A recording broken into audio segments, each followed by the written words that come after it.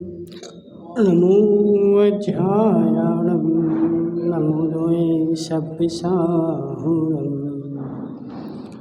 पंच परमेष्टि भगवान के, अनंत अनंत सिद्ध परमेष्टि भगवान के, 1008 देवादेव आदिनाथ भगवान के, 1008 देवादेव श्री राम भगवान के, आचार्य भगवान रवि सेन स्वामी की, आचार्य भगवान विद्यासागर जी महाराज की, आचार्य भगवान विशुद्ध सागर जी महाराज की,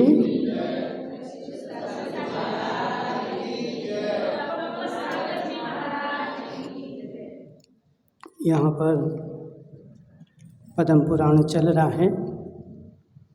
और जिस पद्म पुराण में कल अपन ने देखा था कि बाली की उत्पत्ति हो गई थी और नल नील की उत्पत्ति हो गई थी। बाली की शादी भी हो गई थी और उनके पिताजी उनको राज्य दे करके और राज्य से विदा हो गए थे। ठीक है, अब इसके आगे क्या हो रहा है देखते हैं। सब अपनी अपनी जगह राज्य कर रहे थे। रावण लंका में राज्य कर रहा था और वाली किष्किपुर में राज्य कर रहा था। और धीरे धीरे अथानांतर उत्कृष्ट भोगों को प्राप्त करता हुआ दैदीप्यमान दशानन लंका नगरी में इंद्र के समान रहता था। सो आश्चर्यजनक कार्य करने वाली विद्याओं से सेवित बलवान बाली उसकी आज्ञा का अतिक्रम करने लगा। अपनी अपनी जगह रह रहे थे और रावण दशानन जो था वह सब जगह अपनी आज्ञा चला रहा था। तो धीरे धीरे जैसे बाली को राज्य मिला तो बाली भी बलवान था। अब सभी ऐसे ही होते, नए नए लड़का होते ना तो क्या होता था, हम भी कम थोड़े ही। तो सब अपना अपना चलाते हैं। तो बाली ने भी दशानन की आज्ञा मानने से मना कर दिया। हाँ, अब हम तुम्हारी आज्ञा नहीं मानेंगे, हम भी कम थोड़े ही हैं, हम भी बलवान हैं। ठीक है। सो स्वामी के गर्भ को धारण करता हुआ दूत बाली के पास पहुंचा और जब उसने आज्ञा को उल्लंघन करना शुरू कर दिया तो बाली ने दशानन ने एक दूत को बाली के पास भेजा कि तुम उसको समझाओ कि दशानन इस भरत क्षेत्र में अपनी शानी नहीं रखता है। बाली के पास दूत पहुंचा तब वो बोल रहा है कि हे बाली, दशानन जो है इस भरत क्षेत्र में अपनी शानी नहीं रखता है। वह अतिशय प्रतापी, बलवान, महातेजस्वी, लक्ष्मी संपन्न, नीति में निपुण, महासाधन संपन्न, उग्र दंड देने वाला, महान अभ्युदय से युक्त और शत्रुओं का मान मर्दन करने वाला है। सब उसने बता दी। तुम उस उपकार को भूलकर पिता के विरुद्ध कार्य करते हो। हे सत्पुरुष, तुम्हें ऐसा करना योग्य नहीं है। मैं तेरे साथ पिता के समान अथवा उससे भी अधिक प्यार करता हूँ। तू आज ही आ और सुखपूर्वक रहने के लिए मुझे प्रणाम कर। दशानन ने वाली से कहलवाया कि हम जो हैं तुम्हें पुत्र के समान मानते हैं, तो तुम एक काम करो, आज ही मेरे यहाँ आओ लंका में और आज ही हमें प्रणाम करो और प्रणाम करके क्या करो, सुख से रहो। ठीक है। अथवा अपनी श्री प्रभा नामक बहन मेरे लिए प्रदान कर दो। यदि तुम प्रणाम नहीं करना चाहते हो तो अपनी बहन का विवाह हमारे साथ कर दो, तो तुम संबंधी हो जाओगे और संबंधी हो जाओगे तो फिर तुम्हें प्रणाम नहीं करना पड़ेगा। तो उसने 2 शर्तें रखी, या तो प्रणाम कर दो या शादी करवा दो। ठीक है।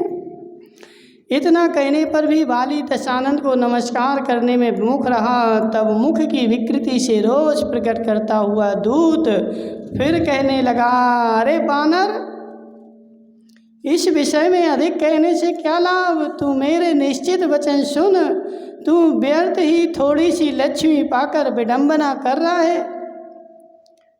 जब बाली को क्रोध आया तो वो दूत भी क्रोध में आ गया कि अरे बानर, तू थोड़ी सी संपत्ति पाकर के और क्रोध कर रहा है। तू अपने दोनों हाथों को या तो कर देने के लिए तैयार कर या शस्त्र ग्रहण करने के लिए तैयार कर। तू या तो शीघ्र ही चामर ग्रहण कर अर्थात दास बनकर दशानन के लिए चमर ढोर, या दिशा मंडल को ग्रहण कर अर्थात दिशाओं के अंत तक भाग जा। तू या तो सिर को नम्र कर या धनुष को नम्रीभूत कर। या तो सिर को नम्र कर या धनुष को नम्रीभूत कर। नहीं आया समझ में?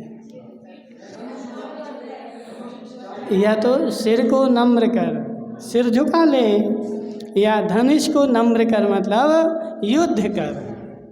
ठीक है? या तो आज्ञा को कानों में पूर्ण कर या असहनीय शब्दों से युक्त तथा अपना जीवन प्रदान करने वाली धनुष की डोरी को कानों की पूर्ण कर अर्थात कानों तक धनुष की डोरी खींच। या तो मेरी चरण रज को मस्तक पर धारण कर अथवा सिर रक्षा करने वाला टोप मस्तक पर धारण कर। या तो हमारी चरण रज को मस्तक पे धारण करो या फिर तुम अपना सिर बचा लो, फोड़ देंगे। ठीक है? यह तो क्षमा मांगने के लिए हाथ जोड़ कर अंजलि बांध या हाथियों का बड़ा भारी समूह एकत्रित कर। या तो हाथ जोड़ ले और नहीं जोड़ रहा है तो क्या करो, हाथियों का बड़ा भारी समूह एकत्रित करो। या तो बाण छोड़ या पृथ्वी को प्राप्त कर, या तो वेत्र ग्रहण कर या माला ग्रहण कर, या तो मेरे वचनों की नखों में अपना मुख देख या तलवार रूपी दर्पण में अपना मुख देख। ठीक है? ये सारी उपमाएं बता रहे हैं। ठीक है? तो इस प्रकार सुन करके ऐसा व्याघ्र विलंबी नामक प्रमुख योद्धा कहने लगा कि रे दूत, जिसके पराक्रम आदि गुणों का अभ्युदय समस्त पृथ्वी में व्याप्त हो रहा है, ऐसा बाली राजा क्या दुष्ट राक्षस कर्णमूल को प्राप्त करता हुआ है? अर्थात उसने बाली का नाम अभी तक नहीं सुना क्या?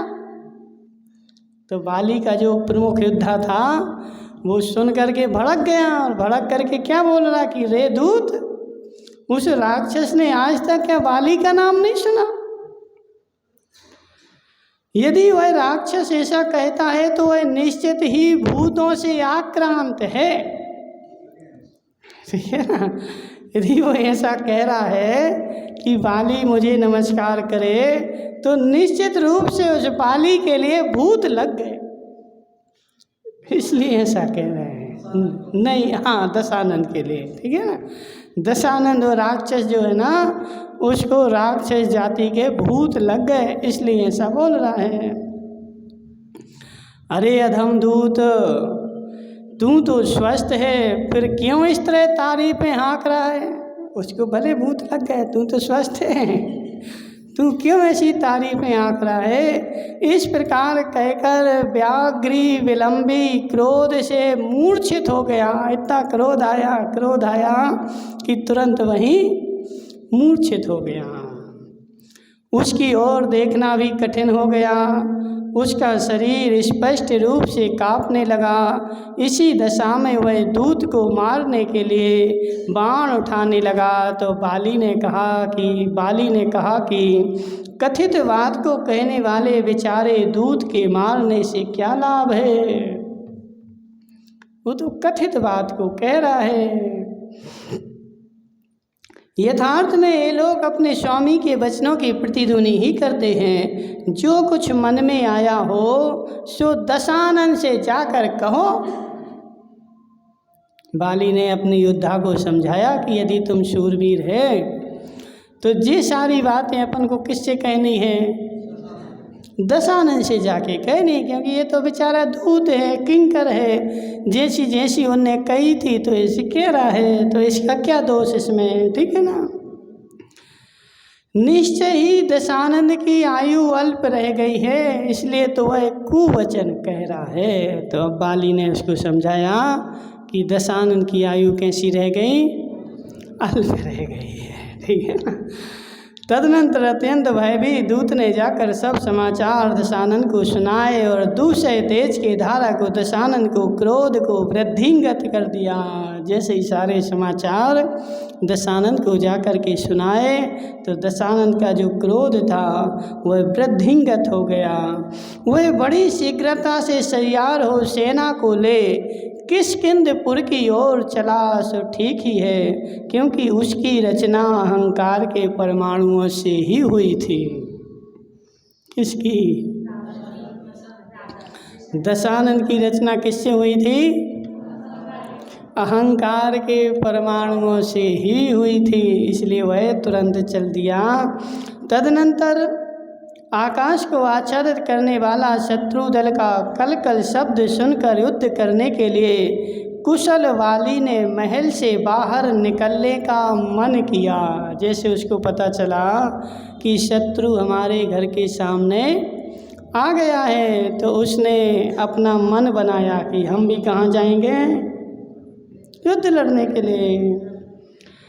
तब क्रोध से प्रज्वलित वाली को सागर वृद्धि आदि नीतिज्ञ मंत्रियों ने वचन रूपी जल के द्वारा इस प्रकार शांत कर दिया कि हे देव, अकारण युद्ध रहने दो, क्षमा करो। युद्ध के प्रेमी अनेकों राजा अनायास ही क्षय को प्राप्त हो चुके हैं। बहुत सारे राजा पूर्व में ही जो युद्ध के प्रेमी थे वह क्या हो चुके हैं? क्षय को प्राप्त हो चुके। क्षय को प्राप्त हो चुके मतलब उनका मरण हो चुका है। इसलिए हे राजन, क्या करो? युद्ध रहने दो। जिन्हें अर्क कीर्ति की भुजाओं का आलंबन प्राप्त था तथा देव भी जिसकी चंद्र विद्याधर जय कुमार के बाणों के समूह से क्षय को प्राप्त हो गए। अब कौन कौन क्षय को प्राप्त हो गया तो बता रहे मंत्री जन, ठीक है, बताना पड़ता है तभी तो मानते हैं, बिना उसके थोड़ी माने, ठीक है। अष्टचंद्र नाम का विद्याधर, ठीक है जी। कब क्षय को प्राप्त हुआ? तो जब राजा भरत 6 खंड को जीतने गया था तो जय कीर्ति ने उसे अपने बाणों से अष्टचंद्र, हाँ बलवान था। तो जयचंद्र कौन था? जय कुमार कौन था?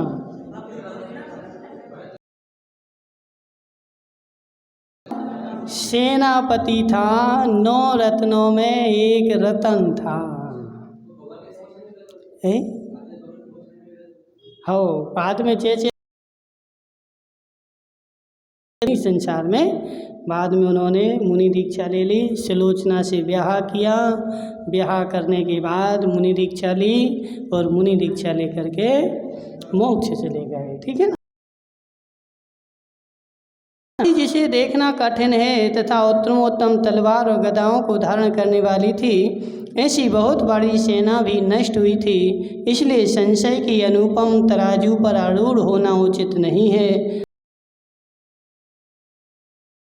कि यद्यपि अपनी प्रशंसा करना उचित नहीं है, तथापि ये मंत्रीगणों, यथार्थ बात आप लोगों से कहता हूँ। मैं सेना सहित दशानन को विकुटी रूपी बाएं हस्त तल की चपेट में ही चूर्ण करने में समर्थ हूँ। बाली क्या बोल रहा है कि मंत्रियों, हम अपनी प्रशंसा नहीं कर रहे, हम बता रहे इतनी शक्ति है कि मैं रावण के लिए अपनी हस्ततल से मैं सेना के ही चूर्ण कर दूंगा, एक ही हाथ से, दूसरा हाथ नहीं। फिर भी कठिन मन को क्रोधाग्नि से प्लुजित किया जाए तो कहना ही क्या। यदि मैं क्रोध धारण करूं तो फिर तो बात ही दूसरी है। ठीक है, कर्म की आवश्यकता नहीं जिससे कि क्षण भंगुर भोग प्राप्त होते हैं। मोही जीव केला के स्तंभ के समान महादुख से भरे नरक में पड़ते हैं। इन भोगों को आचार्य कुंदक मने अमृतचंद्र स्वामी ने भी समय सार में इस केला के स्तंभ के समान देखा। कभी केले का स्तंभ? बोलो विराग भाई, है ऐसा होता है छाता के जैसा है? नहीं देखा माताओं ने, पंडित जी ने देखा है। केले का स्कंद जो होता है, छीलते जाओ तो छिलका ही छिलका निकलते हैं। केले का स्तंभ देख लो या फिर पत्ता गोभी देख लो। पत्ता गोभी जो होती ना, एक निकालो चौथा तो पत्ते ही पत्ते निकलते जाते हैं। ऐसे केले के स्तंभ में पत्ते ही पत्ते निकलते जाते हैं। तो यहाँ पे बता रहे कि संसार निस्सार है। ठीक है ना, जितने भोग भोगोगे, जितने भोग भोगोगे उतनी इच्छाएं और बढ़ती जाएंगी और लास्ट में जा कर के देखोगे तो सार कुछ नहीं मिलेगा। क्या नाम है? अनिल, अनिल नाम, अनिल भाई, सार कुछ नहीं निकलेगा। ठीक है, सारे जीवन भर करो क्या निकलता है बताओ? है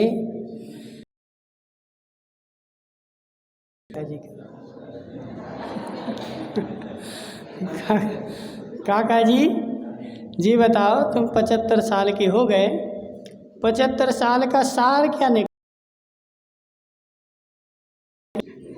है? जी अम्मा भी 70 साल की हो गई, खोडनिया अम्मा नहीं हुई, एक आध कम हुई है। अब बताओ कि इतने साल में तुम्हें संसार में कोई सार नहीं है, सब निस्सार है। तो केले के स्तंभ के समान संसार कैसा है में पड़ते हैं, और जो इसमें लिपटता है उसको अगले भाव में नियम से नरक ही मिलता है। जिन्हें अपना जीवन अत्यंत प्रिय है, ऐसे जीवों के समूह को मारकर दुख ही प्राप्त होता है। अतः उससे क्या लाभ है? संसार में अपन सुख लेते हैं, एक दूसरे जीवों को मारो।